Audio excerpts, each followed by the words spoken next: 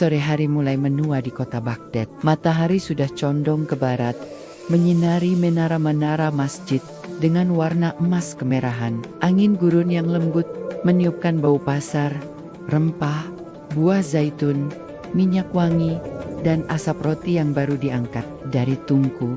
Di salah satu gang yang tak terlalu ramai, berdiri sebuah kedai kopi. Kedai itu tampak biasa saja, tapi sering jadi tempat persinggahan orang-orang penting. Kursinya terbuat dari kayu jati dengan anyaman rotan, sementara meja bundarnya dipoles sederhana. Di sanalah hari itu sejarah kecil tercipta. Di meja itu duduk 3 orang. Seorang pendeta Bizantium berjubah biru tua dengan salib perak menggantung di lehernya. Seorang imam Baghdad bersorban putih yang wajahnya teduh, dan tentu saja Abu Nawas dengan pakaian longgar berwarna tanah, peci miring, dan senyum yang seakan tak pernah padam. Mereka duduk bertiga, masing-masing ditemani secangkir kopi Arab yang mengepul harum. Sejumlah orang di kedai pura-pura sibuk, padahal telinga mereka awas, ingin tahu apa yang dibicarakan 3 sosok itu. Pendeta membuka percakapan. Ia merapikan jubahnya, lalu berkata dengan suara dalam yang khas, orang terbiasa berkhotbah. Wahai sahabat-sahabatku, aku datang jauh dari Bizantium, membawa pertanyaan penting. Apakah kalian sungguh-sungguh percaya keselamatan dapat diraih tanpa mengimani Yesus sebagai Tuhan? Abu Nawas mengangkat alis, menoleh pada imam seakan berkata, ini giliranmu. Imam tersenyum tipis, mengelus janggutnya. Kami memuliakan Isa, wahai pendeta. Dalam kitab kami, Al-Quran, Isa disebut kalimatullah, ruh darinya, lahir suci dari Maryam. Tapi bukan Tuhan, melainkan seorang nabi yang agung. Pendeta mencondongkan badan, kedua telapak tangannya menempel di meja. Tapi bagaimana mungkin seorang manusia lahir tanpa ayah, melakukan mukjizat, membangkitkan orang mati, dan kalian masih menyangkal keilahiannya? Abu Nawas mengetuk cangkirnya pelan. Kalau boleh, biar aku ikut menanggapi. Pendeta mengangguk, separuh ragu, separuh penasaran. Abu Nawas berkata sambil menatap langit-langit kedai. Bayangkan seekor burung, jika kau lihat ia terbang, menari di udara, lalu kau berkesimpulan, pasti dia malaikat. Padahal tidak, dia hanya burung. Hebat ya, unik, tentu, tapi bukan berarti ia malaikat. Pendeta mengerutkan dahi. Apa maksudmu, Abu Nawas? Isa melakukan hal-hal luar biasa karena Allah mengizinkannya. Sama seperti Nabi Musa yang membelah laut. Seperti Nabi Ibrahim diselamatkan dari api. Seperti Nabi Muhammad membelah bulan. Jika mukjizat menjadikan manusia sebagai Tuhan, maka Musa, Ibrahim, dan Muhammad juga harus diangkat sebagai Tuhan. Imam menimpali lembut, mukjizat adalah tanda kenabian, bukan tanda keilahian. Pendeta terdiam, jemarinya meremas salib di dada, seolah mencari kekuatan.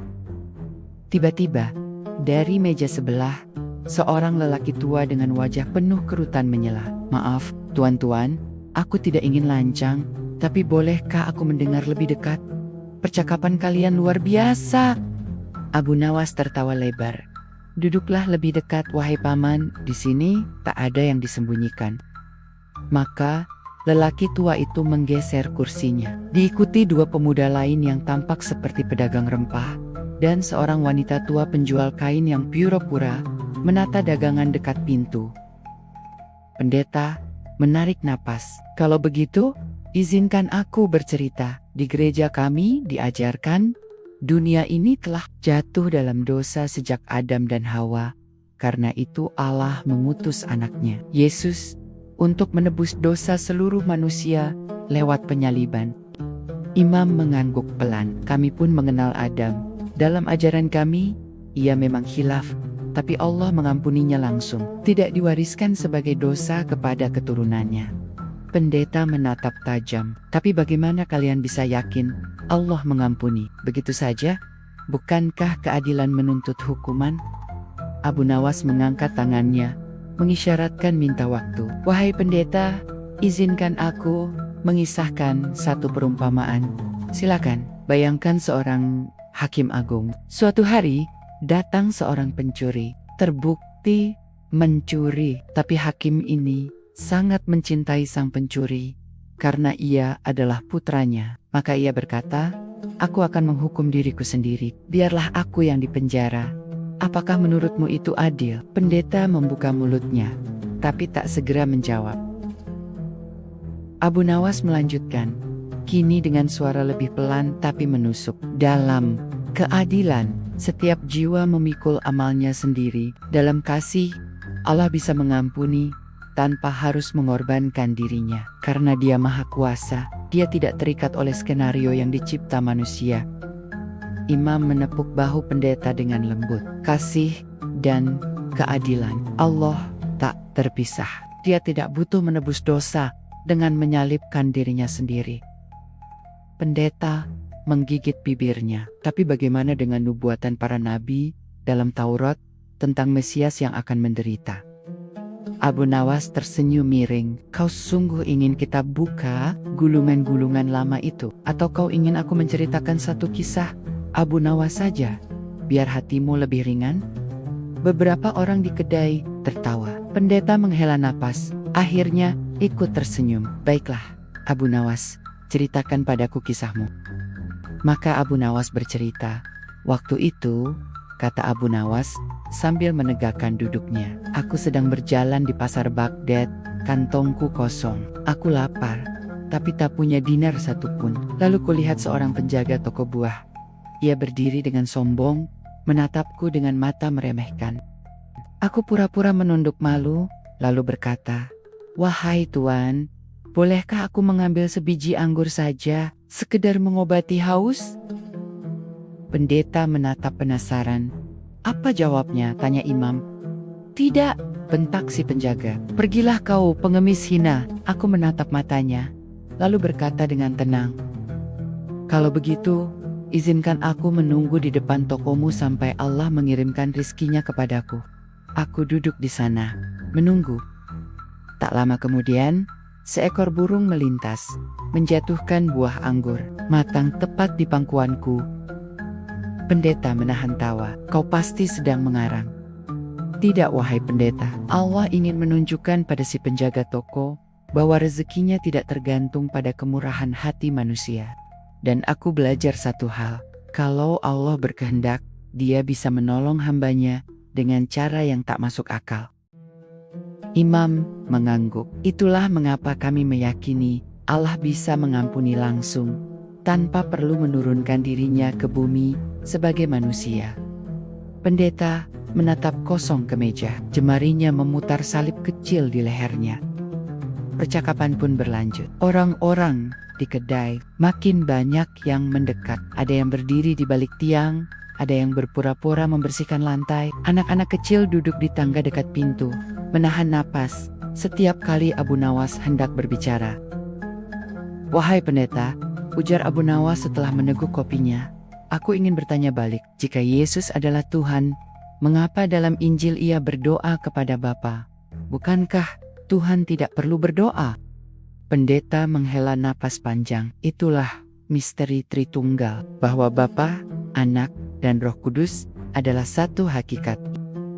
Imam menimpali, tapi satu hakikat yang saling berdoa, saling memutus. Bukankah lebih sederhana meyakini Tuhan itu esa, tunggal, tak beranak, dan tak diperanakan?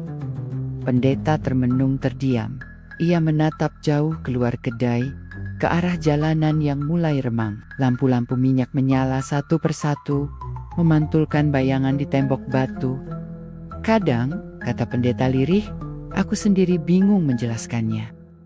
Abu Nawas meraih tangan pendeta, menggenggamnya erat. "Kau tahu, sahabatku, Allah tidak akan menanyakan pada kita perkara-perkara yang melampaui akal, tapi akan menilai hati kita. Apakah hati ini tunduk pada kebenaran?" Jika telah datang penjelasan, imam menambahkan, "Dan siapakah yang lebih benar daripada Dia yang telah mengutus semua nabi, termasuk Isa dan Muhammad?" Malam pun turun sepenuhnya. Suasana kedai makin akrab. Abu Nawas bercerita lagi tentang pengalamannya di penjara gara-gara melawan wazir yang tamak. Tentang cara liciknya menghindar dari hukuman pajak. tentang bagaimana dia menguji kesabaran seorang hakim korup dengan teka-teki yang berputar-putar. Pendeta beberapa kali tertawa terbahak. Imam menutup mulut menahan geli. Bahkan lelaki tua penjual minyak wangi yang tadinya hanya mendengar dari jauh, kini sudah duduk di kursi paling dekat. "Abu Nawas," kata pendeta dengan mata berkaca-kaca. Entah kenapa, pertemuan ini membuat dadaku lega, seolah beban berat di pundak ini terangkat. Abu Nawas menepuk bahu pendeta. "Sahabatku, kita semua hanya pengembara yang menunggu giliran pulang. Jangan biarkan akidah kita rumit karena dibuat manusia. Agama adalah cahaya, bukan beban." Imam mengangguk setuju. Dan Allah lebih dekat daripada urat leher kita. Dia tak perlu perantara yang berkorban di kayu salib demi mengampuni. Cukup kau datang kepadanya dengan hati yang bersih. Akhirnya mereka berdiri, satu persatu saling berpelukan. Orang-orang di kedai serempak berdiri, memberi jalan. Abu Nawas tersenyum, menatap wajah pendeta dan imam. "Terima kasih, kalian mau berkumpul di sini. Hari ini kita telah menanam benih persaudaraan. Siapa tahu, esok kita akan memetik buahnya di surga." Pendeta memegang dada kirinya. "Aku akan terus merenungkan semua ini." Imam berkata pelan, "Semoga Allah memberi kita semua petunjuk."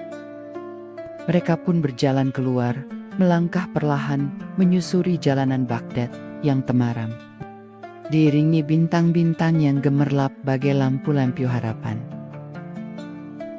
Dan begitulah, kebenaran selalu menunggu hati yang jujur untuk datang. Kadang melalui debat panjang, kadang hanya lewat segelas kopi dan tawa sederhana.